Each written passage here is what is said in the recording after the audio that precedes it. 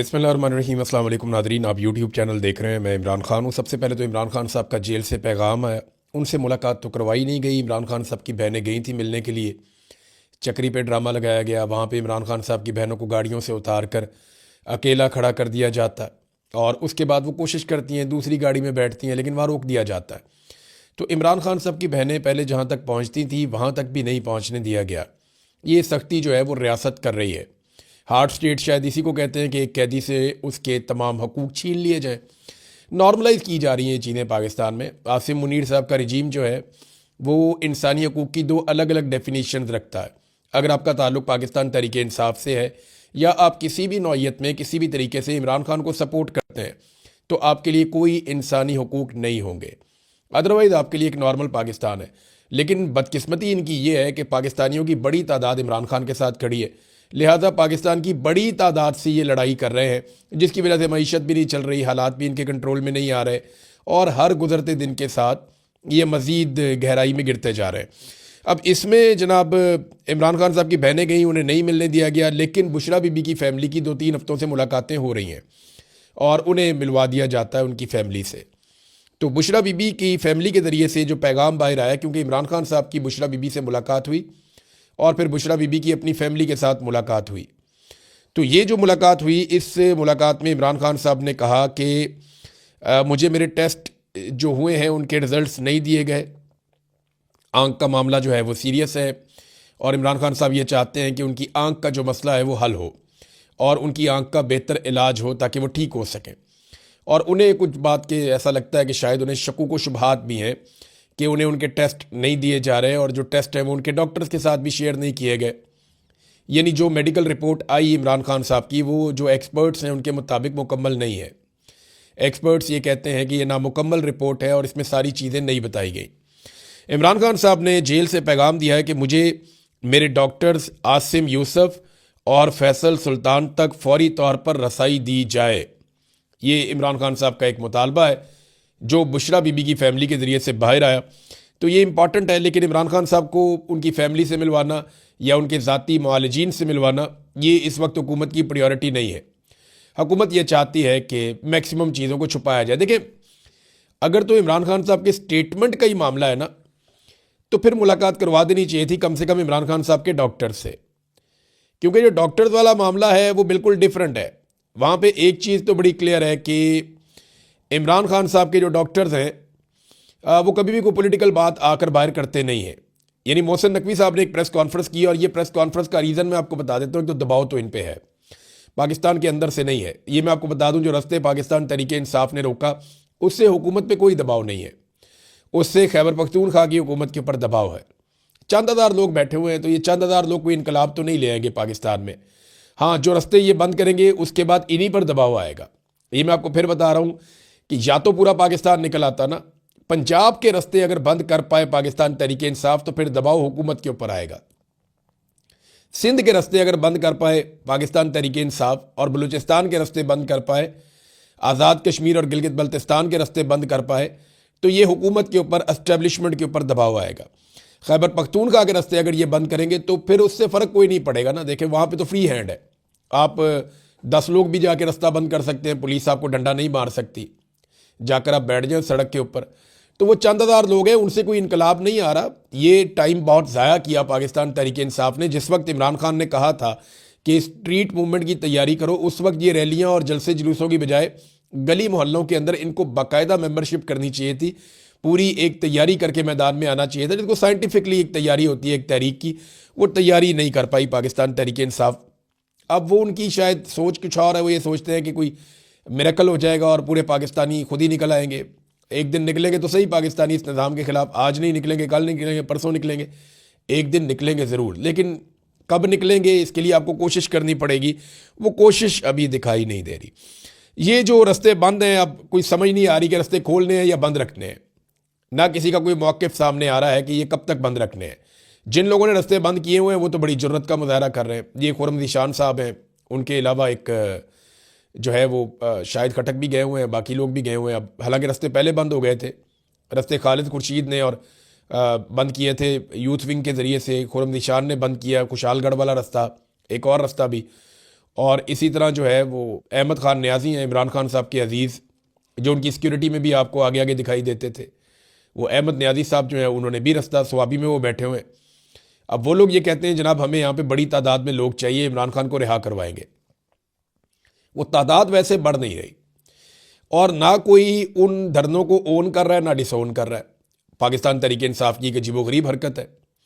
वो सिर्फ ये कह रहे हैं कि हमने यहाँ धरना दिया हुआ है कौमी असम्बली में या पार्लियामेंट लॉजेस में या खैबर पख्तूनख्वा हाउस में, वो उन धरनों को अहमियत दे रहे हैं। अच्छा, एक बैनुल अक़वामी दबाव भी है। इंटरनेशनली लोगों को इमरान खान की सेहत के हवाले से, उनकी आँख की बिनाई जाने के हवाले से काफ़ी फिक्र है। और उसके बाद बैनुल अक़वामी दबाव आया तो मोहसिन नकवी साहब ने एक प्रेस कॉन्फ्रेंस की और उन्होंने जो सारा इल्ज़ाम है और मुद्दा वो उठा के अलीमा खानम पे डाल दिया। देखें ना, इमरान खान की आंख ख़राब हुई तो अलीमा खानम ने तो नहीं की।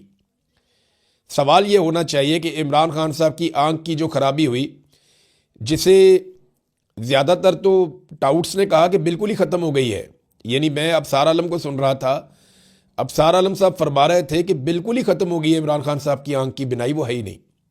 बाकी लोग भी 85% कह रहे थे और यही वो ज़राए हैं जो मिलिट्री इंटेलिजेंस से या वहाँ से कहीं से खबरें निकाल के MI से ISI से कहीं ना कहीं से दे देते हैं और हुकूमत के ज़राए भी इन्हीं के। लेकिन अब मामला ये है ना कि मोहसिन नकवी साहब कहते हैं कि ये सब ड्रामा किया गया और प्रोपेगेंडा किया गया इमरान खान साहब की आंख की सेहत के हवाले से। तो ये जिन्होंने किया उनके ऊपर आप पीका का मुकदमा दर्ज कर लें, आप पूछ लें इनसे इन्होंने क्यों किया। ये रिपोर्ट तो खुद डॉक्टरों ने लिखी थी, पहले वाली भी और दूसरी वाली भी डॉक्टरों ने लिखी है। पहली रिपोर्ट भी नामुकम्मल थी, दूसरी रिपोर्ट भी नामुकम्मल है। अब जनाब हुआ क्या था, ये असल कहानी मैं आपको बताता हूँ, क्योंकि मोहसिन नकवी और पाकिस्तान तहरीक इंसाफ के कुछ लोग ऐसे हैं जो सारा कुछ अलीमा खान पे डाल रहे हैं। अलीमा खान का मसला ये है कि वो उनका भाई है इमरान खान और वो अपने भाई को निकालने के लिए सारी कोशिश करेंगी और इसके अलावा उनसे मिलने की भी कोशिश करेंगी और अपने भाई का इलाज करवाने की भी कोशिश करेंगी, उनकी बिनाई जा रही है। अब इसमें मोहसिन नकवी ने यह कहा, क्लेम उनका यह है कि इमरान खान के कज़न कासिम जमान और बैरिस्टर गौर को कहा गया कि वो आएँ और आकर मुआयने के दौरान वो देख लें। देखें, बैरिस्टर गौर तो डॉक्टर नहीं है, ना ही कासिम जमान डॉक्टर है। मुतालबा इनका यह है कि फैमिली को जाने दिया जाए, बहनों को जाने दिया जाए या फिर जाने दिया जाए डॉक्टर्स को जाने दिया जाए जो ज़ाती मुआलिजीन है। इन्होंने 4 नाम दिए थे इमरान खान साहब की फैमिली ने। देखिए, जब बातचीत हुई तो उन्हें कहा गया जी आप नाम दे दें, हम भिजवा देते हैं। तो इन्होंने एक नाम दिया था डॉक्टर उज़मा का, डॉक्टर नौशेरवान का, ये दोनों फैमिली के लोग हैं। और 2 नाम दिए थे इन्होंने डॉक्टर आसिम यूसुफ का और डॉक्टर फैसल सुल्तान का। अब फैमिली ये चाहती थी कि ये 4 लोग जाएं और जाकर इस इलाज के अंदर देखें। फैमिली की तरफ से ये 2 लोग हो जाएं और डॉक्टर की तरफ से वो हो जाएं। लेकिन हुकूमत ने क्या किया कि उन्होंने 2 ऐसे नाम दे दिए जो दोनों डॉक्टर्स नहीं हैं। एक तो फैमिली नहीं है, बैरिस्टर गौर वो पार्टी के बंदे हैं और उनका तो खालिसतन पॉलिटिकल मामला है, वो खान साहब की सेहत से तो उनका मामला नहीं है। तो वो उनका नाम दे दिया बैरिस्टर गौर का और दूसरा नाम दे दिया कासिम जमान का, जो खुद भी डॉक्टर नहीं है। अब ये दोनों लोग जाकर वहाँ पे कैसे पता करते कि इमरान खान साहब की आंख की सेहत कैसी है, कोई सवाल जवाब ये कर नहीं सकते थे। तो फिर फैमिली ने कहा नहीं जी, जो 4 बंदे हमने कहा है उनको आप ले जाएं। लेकिन उसके बाद फिर इमरान खान साहब का चेकअप करके तो एक रिपोर्ट जारी कर दी गई है। अब ये गोंगलुओं से मिट्टी झाड़ना चाह रहे थे। मोहसिन नकवी साहब ने सारा मलबा जो है वो कहते जी पूरी पार्टी मुतमईन है, सब ठीक है, लेकिन अलीमा खानम जो है वो हर चीज़ को वीटो कर देती हैं। अलीमा खानम पे मोहसिन नकवी ने भी तनकीद की और पार्टी के कुछ लोगों ने भी तनकीद की और साथ ही साथ जो मोहसिन नकवी की तारीफ़ की अली अमीन गंडापुर ने, वेरी नेक्स्ट डे वो आए और आकर उन्होंने बताया कि वो कितने तारीफ़ के काबिल हैं। उन्होंने कहा ये बदला हम नहीं ले रहे, वरना इमरान खान को हम जेल में ही टाइट कर देते। ये जो कहते हैं ना हम टाइट कर देते, ये अब अपने आप को समझते हैं कि ये खुद आर्मी चीफ है। मोहसिन नकवी, इनके बोलने से, इनके अंदाज से ऐसा लगता है। लेकिन आर्मी चीफ अपना करीबी हो और इतना ताल्लुक़ वाला हो कि कभी वो आपको बनाए, उसके लिए आप पहले रिजीम चेंज ऑपरेशन के अंदर मदद करें, सारी सहूलियात फराहम करें, भाग दौड़ करें, उसके बाद उसी आर्मी चीफ को जनाब वो आर्मी चीफ बन जाए और बनते ही आपको चीफ मिनिस्टर लगाए, उसके बाद वो आपको चेयरमैन PCB लगाए, उसके बाद आपको मुल्क का वज़ीर दाखिला बनाए, आपको सेनेट का इलेक्शन जितवाए बगैर किसी पार्टी के। तो ये सारी चीज़ें बड़ा कॉन्फिडेंस देती हैं और फिर एक पूरी दुनिया के अंदर आप उनकी नुमाइंदगी भी करते हैं। तो काफ़ी कॉन्फिडेंस नज़र आ रहा है मोहसिन नकवी का। लेकिन ऐसे ही कॉन्फिडेंट लोग हमने हर दौर में देखे हैं, हर दौर में देखे और बड़े देखे और फिर हमने इनकी दौड़ें लगती हुई भी देखी। ये लोग मुशर्रफ के साथ भी इस तरह के लोग होते थे, ज़ियाउल हक के साथ भी ऐसे लोग होते थे और उसके बाद आने वाले डिक्टेटरों और उससे पहले आने वाले डिक्टेटरों के साथ भी ऐसे लोग होते थे। फिर हमने देखा ये लोग नज़र ही नहीं आते, ये तारीख में ऐसे गायब हो जाते हैं कि इनकी औलादें भी मुँह छुपाती फिरती हैं। इनके साथ भी कोई ऐसा ही कहानी होगी, मुस्तकबिल में हम यहाँ देख लेंगे। ज़िंदगी रही तो हम देख लेंगे, नहीं तो हमारे बच्चे देख लेंगे, सबको नज़र आ जाएगा कि इनके साथ क्या होता है। इमरान खान साहब की बहनों को बहरहाल नहीं मिलने दिया गया। इमरान खान साहब बदस्तूर और बार बार यही कह रहे हैं कि मेरे ज़ाती मुआलिजीन से मुलाकात करवाओ, बात करवाओ। इंटरनेशनल प्रेशर को अब मैनेज करना पड़ेगा हुकूमत को, और ये मैनेज करने के लिए उन्हें एक प्रेस कॉन्फ्रेंस तो उनकी आ गई है। आने वाले दिनों में और चीज़ें भी आप देखेंगे। देखिए 14 बैनुल-अक़वामी कप्तानों की जानिब से पाकिस्तान के वज़ीर-ए-आज़म को एक ख़त भी लिखा गया कि इमरान खान साहब को इलाज की जो सहूलत है उस हवाले से खाता है। अब उन्होंने कहा जी कि treat him with dignity and basic human consideration, कि इनका जनाब इंसानी बुनियादों के ऊपर इनको इज़्ज़त के साथ ट्रीट करें, इनका इलाज करवाया जाए खान साहब का। काफ़ी लंबा चौड़ा उन्होंने लिखा है, इमरान खान साहब की खिदमत के बारे में बताया। अब इसमें ये कौन कौन लोग हैं, इसमें एलन बॉर्डर हैं, इसके अंदर माइकल अथर्टन हैं, इसके अंदर ग्रेग चैपल हैं, आयन चैपल हैं, और बेलिंडा क्लार्क हैं, सुनील गवास्कर हैं, डेविड ग्रोवर हैं, और इसके बाद नासिर हुसैन हैं, फिर सर क्लाइव लॉयड हैं, फिर कपिल देव हैं, इसके अंदर स्टीव वॉ हैं, जॉन राइट हैं, और भी क्रिकेटर हैं। ये लोग अब पूरी दुनिया से आवाज़ें उठ रही हैं इमरान खान साहब के हक़ में। पाकिस्तान के अलावा पाकिस्तान में भी बहुत सारे कप्तान रहे हैं क्रिकेट के, उन्हें भी एक लेटर वज़ीर-ए-आज़म को लिखना चाहिए था। लेकिन बैनुल-अक़वामी सतह पे ये बात उठ रही है। इमरान खान कोई छोटी शख्सियत तो नहीं है, लेजेंड है, और वो क्रिकेट का एक बहुत बड़ा लेजेंड है। अब पूरी दुनिया उन्हें जानती है, और पाकिस्तान को बहुत सारे लोग इमरान खान की वजह से जानते हैं। मैंने 2-3 वजूहात हैं जिनकी वजह से देखा कि पाकिस्तानियों को दुनिया जानती है। अब नंबर 1 वजह तो ये है कि पाकिस्तान एक एटमी कुव्वत है, तो दुनिया ने पाकिस्तान को पहचाना कि वो एटमी मुल्क है। एक बड़ी वजह जो है वो इमरान खान है। लोग इमरान खान की वजह से पाकिस्तान को बहुत सारी जगहों पे जानते हैं। आप लफ्ज़ बोलें आसिम मुनीर, दुनिया में कहीं कोई नहीं जानता। नवाज शरीफ बोलें, दुनिया में कहीं कोई नहीं जानता। जरदारी अगर कोई जानता भी होगा तो वो ये कहेगा कि भाई वो तो करप्ट आदमी है, यही पहचान है। अब इस वक्त जरदारी साहब और मरीम नवाज साहबा को लॉन्च किया गया, वो काफ़ी बढ़ के छड़के मार रहे हैं। मरीम नवाज ने वहाँ पे गुजरात यूनिवर्सिटी के अंदर, ये रिपोर्ट भी हो गया मीडिया में, वहाँ पे इमरान खान साहब को ख़राब करने के लिए या उनके खिलाफ प्रोपेगेंडा करने के लिए एक वीडियो लगवाई। लेकिन हुआ ये कि जैसे ही वो वीडियो नमूदार हुई सामने बड़ी वाली स्क्रीन के ऊपर, तो बच्चे पुरजोश हो गए, उन्होंने वहाँ तालियां और नारे लगाना शुरू कर दिए ऊंची ऊंची। तो फौरी तौर पे जो जैसे बच्चे आवाज़ निकालते हैं खुशी से अपने गले से, तो उन्होंने इंतज़ामिया ने फ़ौरन वो इमरान खान साहब की तस्वीर वो हटा दी स्क्रीन के ऊपर से। तो ये बच्चों का ताल्लुक है इमरान खान साहब के साथ। वो बैठ के आपको सुन लेते हैं मजबूरन, वरना उनको कॉलेज से यूनिवर्सिटी से निकाला जा सकता है। वो बेचारे मजबूर हैं, वो जानते हैं निज़ाम के जकड़े हुए हैं, पुलिस भी मारती है, कॉलेज यूनिवर्सिटी की इंतज़ामिया भी सख्ती करती है, तो बेचारे वहाँ बैठ तो जाते हैं, लेकिन वो अच्छी तरह जानते हैं कि उनका दिल किसके साथ धड़कता है। इस वक्त तो वो इनकी शक्लें भी नहीं देखना चाहते, ज़बरदस्ती बिठा कर दिखाया जाता है। यानी अगर परसेंटेज आप निकाल लें तो मेरे ख्याल में 70-80% बच्चे इमरान खान साहब के साथ खड़े हैं मौजूदा दौर में। ये जो आपकी जेन ज़ी है या आपकी जेन अल्फ़ा है, ये सारे इमरान खान के साथ खड़े हैं, और इसमें कोई दो राय नहीं है, ये सब जानते हैं। अब नादरीन, जरदारी साहब की ज़रा बात आप देख लें कि जरदारी साहब बहुत उछल उछल के कह रहे हैं जी मैं बहुत बहादुर था, मैं बहुत दलेर था, मैंने बड़ी लंबी जेल काटी। एक तो जरदारी साहब में कमाल के फ़नकार हैं। इमरान खान साहब की 3.5 साल की हुकूमत को बार बार 4 साल कहते हैं, और इमरान खान साहब की 2.5 साल की कैद को बार बार 1.5 साल कहते हैं, और अपनी कैद 14 साल बताते हैं। मैं ज़रा आपको बताता हूँ कि जरदारी साहब जो हैं ये इन्होंने 14 साल कैसे काटे हैं। जरदारी साहब जनाब अक्टूबर 1990 में गिरफ्तार हुए, जब इनकी पहली हुकूमत का खात्मा हुआ, और 2 साल के बाद इनको रिहा कर दिया गया। इनके ऊपर मुकदमा था अगवा करने का और भत्ता वसूल करने का, और इनके ऊपर जनाब बैंक फ्रॉड केस भी बना हुआ था। यह है जरदारी साहब की हकीकत। फिर 1998 में न्यूयॉर्क टाइम के अंदर एक इंकशाफ आता है, 97 के एंड में ये गिरफ्तार होते हैं, और 98 में न्यूयॉर्क टाइम में एक इंकशाफ से भरपूर एक कहानी छपती है जिसमें बताया जाता है कि बैनुल-अक़वामी घपलों में किस तरह आसिफ अली जरदारी और उनकी हुकूमत इन्वॉल्व है। बेनज़ीर भुट्टो का भी नाम आता है, और सारी तफसीलात जरदारी के बारे में 1998 में न्यूयॉर्क टाइम्स ने लिखी थी, और आज तक इन्होंने न्यूयॉर्क टाइम के ऊपर किसी किस्म का कोई दावा नहीं किया। तो बैनुल-अक़वामी सौदों में अरबों डॉलर्स की इनकी करप्शन के सबूत भी उन्होंने हक़ाइक़ के साथ बहुत सारी चीज़ें उन्होंने सामने रखी। 1999 में अमरीकी सेनेट में ये जो जरदारी साहब की फाइनेंशियल हिस्ट्री है उसको एक केस स्टडी के तौर पर लिया गया था अमेरिकी सेनेट के अंदर। वो बात कर रहे थे कि बैंकिंग प्रोसीजर्स के अंदर कहाँ कहाँ पे फ्लॉज रह जाते हैं, कमियां कोताहियां कहाँ पे रह जाती हैं। तो उस पर बात करते हुए अमेरिकी सेनेट के अंदर जरदारी साहब का जो केस है उसको एक केस स्टडी के तौर पे रखा गया। ये जरदारी साहब का एक तुर्रा इम्तियाज है कि करप्शन के मामलात में अमेरिकी सेनेट में जरदारी साहब को पढ़ाया जा रहा था।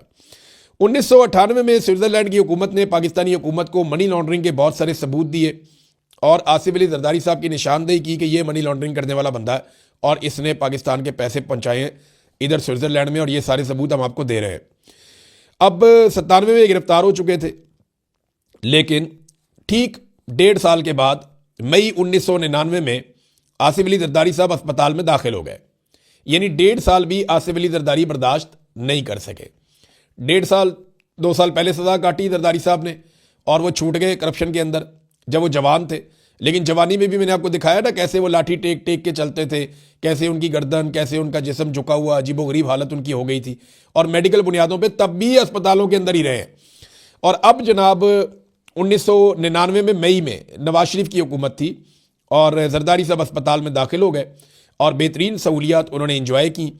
2003 में स्विट्जरलैंड में भी आसिफ अली जरदारी और बेनज़ीर भुट्टो को 6 महीने की सजा हो गई और $50,000 का इन्हें जुर्माना भी हो गया और इन्हें कहा गया कि पाकिस्तानी हुकूमत को $11 मिलियन वापस किए जाएं। ये कस्टम फ्रॉड केस था जो इन्होंने किया था।